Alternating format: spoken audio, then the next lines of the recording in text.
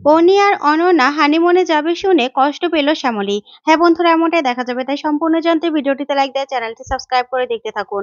গল্পের শুরুতে দেখা যাবে শ্যামলী অনন্যা মন্দার সেই সার্ভিস সেন্টারে যায়। গেলে সেই ম্যানেজারের সঙ্গে কথা বললে ম্যানেজার কিছুই বলতে চায় না, আর বলতে থাকে, শুনুন, আমি যা বলার পুলিশকে বলে দিয়েছি। আমি বারবার করে সবার কাছে স্টেটমেন্ট দেবো কেন? কেন দেব? জানতো, এখান থেকে বেরিয়ে যান। এই বলে ম্যানেজার চলে গেলে তখন শ্যামলী বলতে থাকে, এই লোকটা তো কিছুই বললো না। তখন মন্দার বলতে থাকে, শ্যামলী, আমার মনে হচ্ছে এই লোকটা কিছু জানে, বুঝতে পেরেছিস? সেই জন্যই তো এরকম করে পালিয়ে গেল। তখন শ্যামলী বলতে থাকে, ঠিক আছে, তাহলে আমরাও এখান থেকে যাব না। আমরাও এখানে ঘাপটি মেরে পড়ে থাকবো। এই লোকটা থেকে কি করে কথা বের করা যায় সেই সুযোগ আমাদের খুঁজতে হবে। তখন অনন্যা বলতে থাকে, ঠিক আছে, আমরা তো তিনজন আছি, নিশ্চয়ই কিছু না কিছু ব্যবস্থা হয়ে যাবে, চলো শ্যামলী। তারপরে দেখা যাবে ওইদিকে ম্যানেজার তার সার্ভিস সেন্টারে সব ছেলেগুলোকে নিয়ে কাজ বোঝাতে থাকে, আর বলতে থাকে, তোমাদের কাজগুলো এখনো হচ্ছে না? ঠিক তখনই শ্যামলী অনন্যা ওরা চলে আসে। এসে শ্যামলী বলতে থাকে, কি, এখন তো আমাদেরকে সবটা বলতেই হবে। বলুন, সেদিন অনন্যা ম্যাডামের গাড়িটা কে সার্ভিসিং করেছিল? কে দিয়ে আসতে গিয়েছিল? তখনই ম্যানেজার বলতে থাকে, আপনারা কি একবার কথা বললে বোঝেন না? এখন কি ঘাড় ধাক্কা দিয়ে বের করে দিতে হবে নাকি? ঠিক তখনই শ্যামলী ওনাকে একটা ভিডিও দেখায়, যে ভিডিওতে স্পষ্ট দেখা যাচ্ছিল যে তার লোকেরা গাড়ি থেকে তেল চুরি করছে, যা দেখে ম্যানেজার পুরো ভয় পেয়ে যায়। তখনই শ্যামলী বলতে থাকে, এখন বলবেন না আমরা আপনাদের এই কুকুরটি সব জায়গায় ফাঁস করে দেব, পুলিশের খবর দেব? তখনই ম্যানেজার বলতে থাকে, না না ম্যাডাম, প্লিজ এরকম করবেন না। আসলে আমি না পুলিশকে মিথ্যে বলেছিলাম। আসলে অনন্যা ম্যাডামের গাড়িটা যে সার্ভিসিং করেছিল না, সেটা অন্য একটা ছেলে। সে আমাদের এই সার্ভিসিং সেন্টারে কেউই নয়। যা শুনে শ্যামলী পুরো চমকে যায়। তখন মন্দার বলতে থাকে, এই তো একটু আগে বললেন যে আপনি কিছুই জানেন না, এখন আবার বলছেন অন্য একজন এসে সার্ভিসিং করেছিল? ফাজলামো হচ্ছে। একদম কিন্তু থানায় নিয়ে যাব। তখনই সেই ম্যানেজার বলতে থাকে, না না ম্যাডাম, আসলে সেদিন কাজের খুব চাপ ছিল, আর তিনজন তিনজন আমার কর্মচারী ছুটিতে ছিল। আমার না কাজের প্রেসারে মাথা একদম ঠিক ছিল না। ঠিক সে সময় ওই ছেলেটা এসে না আমার কাছে কাজ চাইলো, আর আমিও না কাজে রেখে দিয়েছিলাম। তখন শ্যামলী বলতে থাকে, আচ্ছা, নাম কি? আইডেন্টি কি? কোথায় থাকে? বলুন, পরিচয় কি? তখনই ম্যানেজার বলতে থাকে, আসলে সবকিছু চেয়েছিলাম, কিন্তু ও বলল যে ওর সবকিছু নাকি গ্রামের বাড়িতে রয়েছে, এনে সবকিছু জমা দেবে। তাই না কিছু নেওয়া হয়নি ম্যাডাম। আসলে পুলিশকে তো আর এই কথাগুলো বলতে পারিনি যে অজ্ঞাত আরেকজন এসে তারপরে কার সার্ভিসিং করেছে। তাই না আমি মিথ্যে কথা বলেছিলাম। যা শুনে শ্যামলী পুরো চমকে যায়। তখনই সেই লোকটা বলতে থাকে, আসলে ম্যাডাম জানেনই তো, যদি পুলিশ এটা জানতে পারে না যে আমি মিথ্যে কথা বলেছিলাম, তাহলে তো আমার এই বিজনেস শেষ। তখন শ্যামলী বলতে থাকে, না না, কিন্তু সেই ছেলেটার কোনো ছবি বা কিছু আছে আপনাদের কাছে? তখন লোকটা বলতে থাকে, না না ম্যাডাম, কিচ্ছু নেই। তখন শ্যামল বলে, সিসিটিভি? তখন ম্যানেজার বলতে থাকে, সিসিটিভি আছে, কিন্তু কদিন ধরে নষ্ট হয়ে পড়ে আছে। তখন শ্যামলী বলে, ব্যাস, তাহলে তো হয়েই গেল। তাহলে তো আর কোনো প্রমাণই নেই, তাহলে আমরা যাই। এই বলে চলে যেতে লাগলেই তখন একটা ছেলে বলতে থাকে, দাঁড়ান ম্যাডাম, আসলে আমি না সেলফি তুলছিলাম, সেই সেলফিতে ওই ছেলেটা চলে এসেছিল। তাই আমি ভেবেছিলাম যে এডিট করে ওকে ছেড়ে দেব।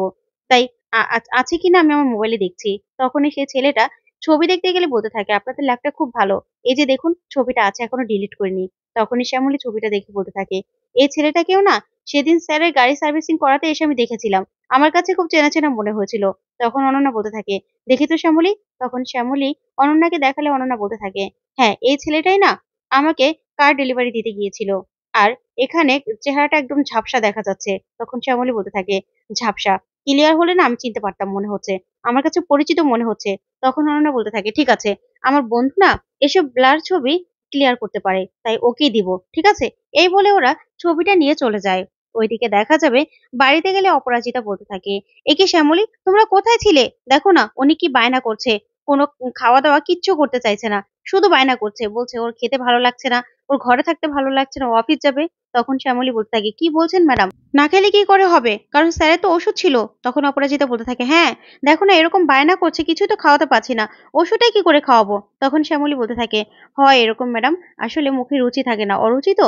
আচ্ছা, আমি বরং সবজি দিয়ে ঝাল ঝাল করে চাউমিন বানিয়ে দেই। তখনই অপরাজিতা বলতে থাকে, ঠিক আছে।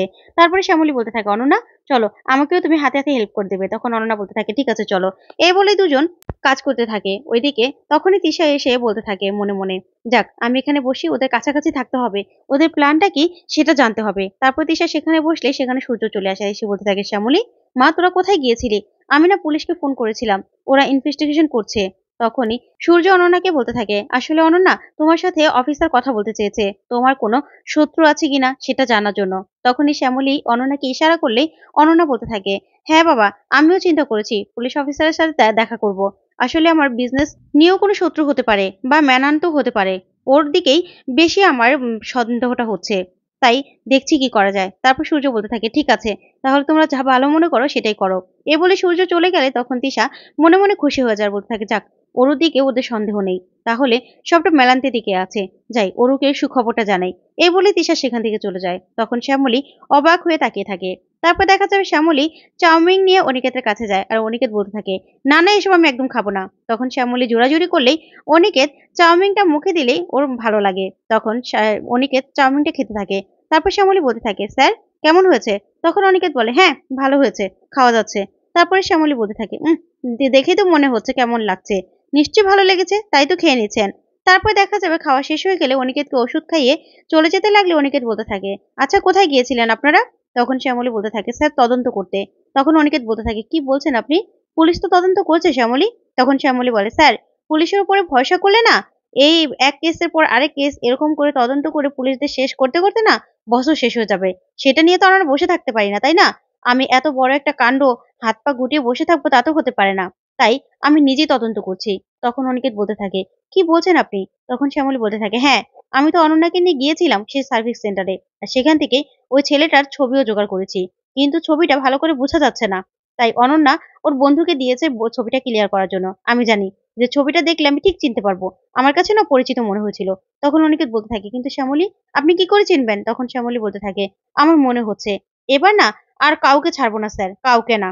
তাই এই কথাটা না পাস কান হতে দিতে চাইছি না। আমি, অনন্যা, মন্দার আর ৩ জন জানতাম। এখন আপনাকে বললাম। তাই প্লিজ কাউকে বলবেন না। ওইদিকে ওরও কান পেতে সবটা শুনতে পায়।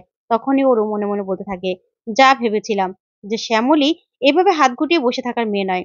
ঠিক আমাকে সন্দেহ করেছে। আর তিশা যত কিছু বলুক না কেন, ওরা তখন মেনান্তের কথা বলে কেসটা অন্যদিকে ঘুরানোর চেষ্টা করেছিল। কিন্তু আমি জানি। কিন্তু এবার খোকনের কাছে পৌঁছে গেলে তো সর্বনাশ। আমার কথা তো জেনে যাবে। কান টানলে তো মাথা চলে আসবে। না, না, এটা কিছুতেই আমি হতে দেব না। এমন কিছু করতে হবে যাতে শ্যামলী আমার কথা জেনে ফেললেও, বললেও কেউ যেন কোনো কথা বিশ্বাস না করে। হ্যাঁ, এমন কিছু আমাকে করতে হবে। তারপরেই শ্যামলী অনিকেতকে বলতে থাকে, স্যার আপনাকে অফিস যেতেই হবে? তখন অনিকেত বলতে থাকে, হ্যাঁ, হ্যাঁ শ্যামলী, আপনি আমাকে এই কথা একদম বলবেন না। আমাকে অফিস যেতেই হবে। আমার না বাড়িতে বসে থাকলে আমি অসুস্থ হয়ে যাব। তখন শ্যামলী বলতে থাকে, ঠিক আছে স্যার, যাবেন। কিন্তু বাড়ির গাড়ি করে যাবেন, বাড়ির গাড়ি করে আসবেন। ঠিক আছে? তারপরে দেখা যাবে তার পরের দিন সকাল সকাল মন্দার ক্যান্টিনে কাজ করছিল। তারপরেই সেখানে সবাই অনিকেতের কথা ডিসকাস করতে থাকলেই অনিকেত আর অনন্যা সেখানে গিয়ে পৌঁছয়। তখন অনিকেতকে দেখে সবাই খুব খুশি হয়ে যায়, বলতে থাকে, স্যার এখন কেমন আছেন? তখন অনিকেত বলে, হ্যাঁ হ্যাঁ আমি ঠিক আছি, এখন একদম ভালো আছি। তা অনেকদিন তোমরা ছুটি কাটিয়ে ফেললে না আমাদের জন্য? তখনই সবাই বলতে থাকে, হ্যাঁ স্যার, যদি অফিসের দুজন বসই ছুটিতে থাকে তাহলে তো আমাদের একটু মজা লাগেই। তার সামনে তো আরেকটা ছুটি পাবো, তাই না? তখন অনিকেত বলে, কিসের? তারপরে সবাই বলতে থাকে, কেন? বিয়ে হলো এবার, আপনি তো ফিটও আছেন, তাহলে হানিমুনে যাবেন না? তখনই শ্যামলী সেখানে চলে আসে। আর অনিকেত আর অনন্যার হানিমুনের কথা শুনে শ্যামলী খুব কষ্ট পায়। তারপরে অনন্যা বলতে থাকে, দেখো এসব কথা কিন্তু একদম বলবে না। অনন্য শ্যামলীর দিকে তাকিয়ে বুঝতে পারে যে শ্যামলী কষ্ট পেয়েছে। তারপর ওরাও সেখান থেকে চলে যায়। তারপর শ্যামলীর কাছে মন্দার আসে, আর এসে বলতে থাকে, কষ্ট লাগলো তো? তখনই আমি তোকে বলেছিলাম যে শ্যামলী বিয়েটা বন্ধ করে দে, বন্ধ করে দে। তুই করলি না, বলেছিলি না আমার কিছু হবে না, আমি আমি কেন কষ্ট পাবো? এখন কষ্ট লাগছে তো? এখন দেখ কেমন লাগে? হানিমুনে যাবে, এখন কষ্ট লাগছে, তাই না? তখন শ্যামলী বলতে থাকে, তুই চুপ করবি? কাজের কাজ কিছু করতে পারিস না, শুধু কথা, কথা, কথা। তখনই মন্দার রেগে যায়, বলতে থাকে, আমি কাজের কাজ করতে পারি না? ঠিক আছে, তোর সাথে আমি কাজই করবো না, যা। এই বলে মন্দার রেগে সেখান থেকে চলে যায়। তারপরে দেখা যাবে অরুর ফাঁদে পা দিয়ে ফেলে শ্যামলী। ওইদিকে অরু নতুন একটা ফাঁদ পেলে ফাঁদ পেতে শ্যামলীকে ফাঁসানোর চেষ্টা করতে থাকে। তো বন্ধুরা, এবার কি তাহলে অরুর ফাঁদে পড়বে শ্যামলী? তোমাদের কি মনে হয় অবশ্যই কমেন্ট করে জানাও। ধন্যবাদ।